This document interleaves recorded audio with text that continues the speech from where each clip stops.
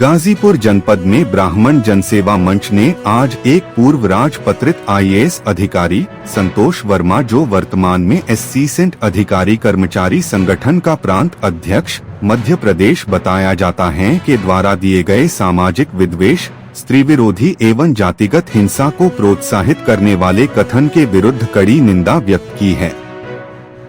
ब्राह्मण जनसेवा मंच ने इन बयानों पर तत्काल और कठोर दंडात्मक कार्रवाई की मांग करते हुए भारत की राष्ट्रपति महोदया के नाम संबोधित पत्रक गाजीपुर के जिलाधिकारी महोदय के प्रतिनिधि एएसडीएम विनोद जोशी को एक प्रार्थना पत्र ज्ञापन प्रेषित किया है। मंच के संयोजक प्रदीप कुमार चतुर्वेदी द्वारा जारी ज्ञापन में कहा गया है कि विभिन्न समाचार पत्रों और न्यूज चैनलों के माध्यम से श्री वर्मा के कथित बयान सामने आए हैं, जिसमें उन्होंने कहा है, जब तक मेरे बेटे को कोई ब्राह्मण अपनी बेटी दान न कर दे या उससे संबंध न बना दे, तब तक आरक्षण मिलना चाहिए। संतोष वर्मा के उक्त कथन की गंभीरता को देखते हुए उपयुक्त धाराओं में कठोर दंडात्मक कार्रवाई करने का आदेश प्रदान किया जाए। कानून व्यवस्था और सामाजिक सद्भाव बनाए रखने हेतु उन्हें एहतियातन हिरासत गिरफ्तारी में लेने पर विचार किया जाए। पत्रक सौंपने वालों में मुख्य रूप से मनोज बाबा, वीरेंद्र नाथ पांडे, दीपक उपाध्याय, शिवम उपाध्याय, अमित पांडे इत्यादि सैकड़ों लोग मौजूद थे।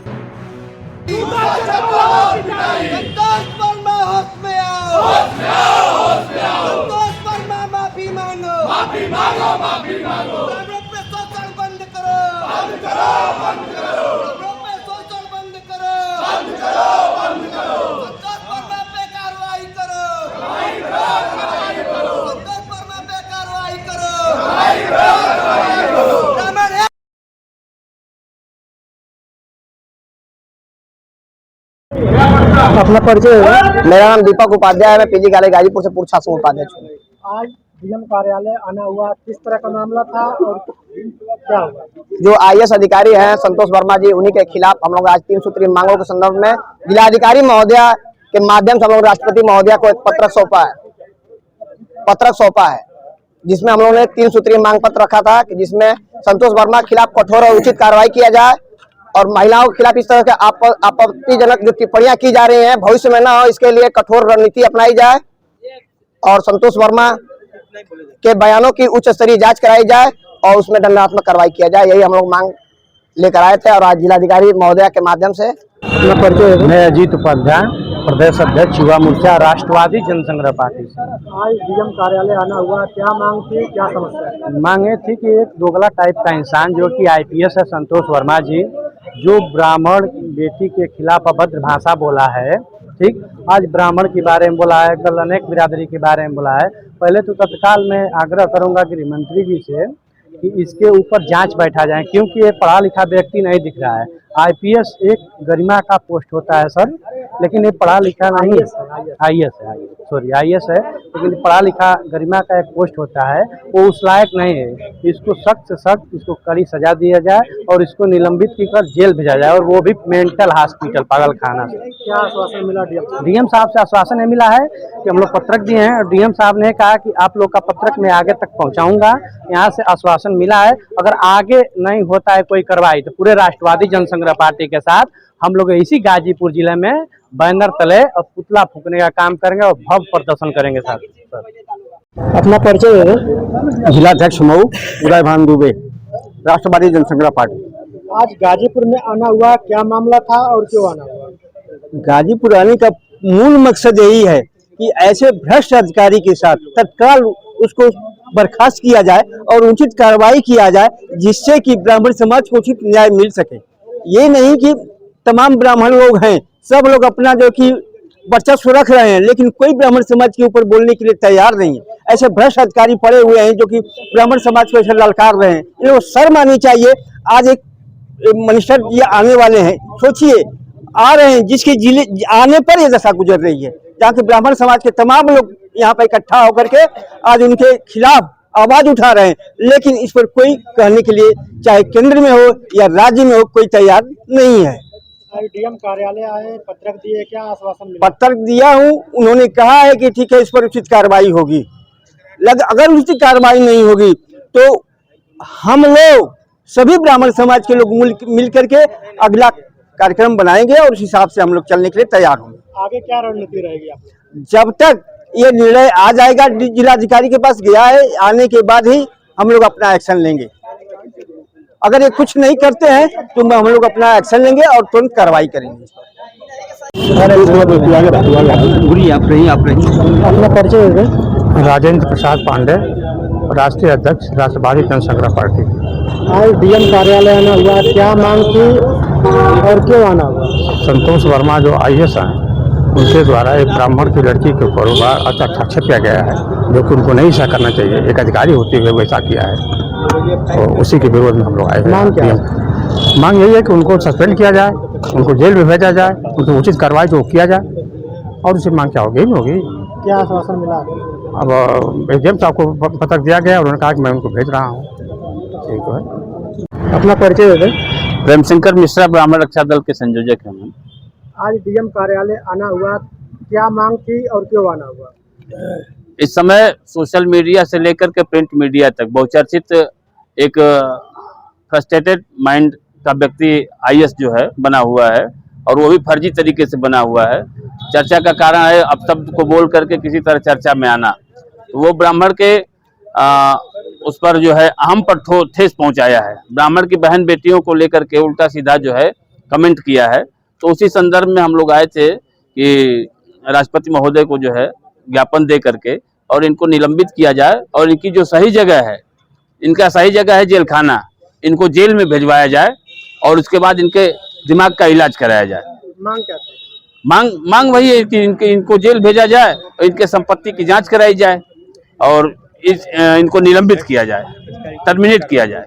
उसके पहले इनका कोई जो है कोई और दूसरा इलाज नहीं है, ना कोई विकल्प है। क्या आश्वासन मिला? आश्वासन उन्होंने ये कहा भाई कि हम आपकी बात को आगे पहुंचाते हैं और हमसे जितना भी हो सकता है हम काम करेंगे, लेकिन अगर हमको हमारे अनुरूप काम नहीं हुआ तो हम लोग इस पर कंटिन्यू लड़ाई अपनी जारी रखेंगे। अपना परिचय दे। मैं दीपक कुमार पांडे, अधिवक्ता, उच्च न्यायालय इलाहाबाद। वकील साहब, देखा जा रहा है तो आज डीएम कार्यालय आना हुआ, मांग क्या थी और क्यों आना हुआ? मांग ये थी कि आप देख रहे होंगे सोशल मीडिया में एक विक्षिप्त मानसिकता का व्यक्ति, जिसका नाम लेना भी हम लोगों को गैर मुनासिब लगता है, उसने भारत की बेटियों के बारे में, हमारे ब्राह्मण समाज की बेटियों के बारे में जो गलत शब्द कहा था, उसके खिलाफ हम लोग 2-3 कार्रवाई चाहते हैं। कार्रवाई प्रथम ये चाहते हैं कि उसके खिलाफ मुकदमा पंजीकृत करके उसको जेल भेजा जाए, ताकि समाज में समानता और सद्भावना बना रहे, क्योंकि उसके बाद से वैमनस्यता और दुर्भावना, जाति विभेद बन रहा है। उसका जो कथन था, उसने जो कहा कि अगर ब्राह्मणों की लड़कियों से अगर शादी होगा तो ये आरक्षण व्यवस्था खत्म हो जाएगा। उसके जानकारी नहीं है, पता न कैसे IAS हो गया। अगर ऐसे खत्म होता तो रामविलास पासवान की शादी एक ब्राह्मण से हुई थी, आरक्षण क्यों नहीं उस समय खत्म हो गया? जिस अंबेडकर जी को बताते हैं, अंबेडकर जी आरक्षण की व्यवस्था को लाए थे, अंबेडकर जी की शादी एक ब्राह्मण लड़की से हुई थी। इसके बावजूद भी उस समय जब खत्म नहीं हुआ, तो इस तरह उसके पूरे हम तो कह रहे हैं कि उसका जांच कराना चाहिए, भेज करके कोई पागल खाने वाले हॉस्पिटल में, कि उसका मानसिक स्थिति सही है कि नहीं है। दूसरा चीज, उसको तुरंत सस्पेंड करके उसकी सारी संपत्तियों का जांच होना चाहिए। फिर उसके द्वारा जो शासन काल में रहते हुए कोई निर्णय अगर सामान्य बिरादरी के विपक्ष में दिया गया तो उसका पुनर्विवेचना, पुनः जांच होना चाहिए। 3 मुख्य मांग है हमारी। डीएम साहब के आए थे, क्या आश्वासन मिला? डीएम साहब तो नहीं थे, क्योंकि जिले में एक ब्राह्मण नेता आ रहे हैं, ब्रजेश पाठक जी, जो कि ब्राह्मणों की बातों में हमेशा मौन रहते हैं। उन्हीं की तैयारी में पूरा प्रशासन गया हुआ है।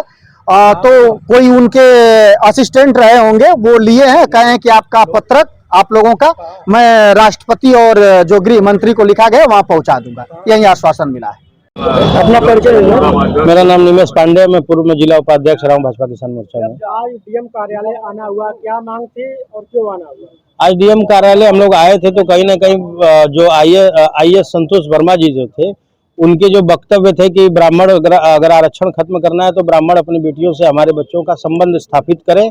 संबंध स्थापित करने से उनकी तुच्छ और संकीर्ण मानसिकता को दर्शाता है कि स्थापित करने का मतलब क्या होता है।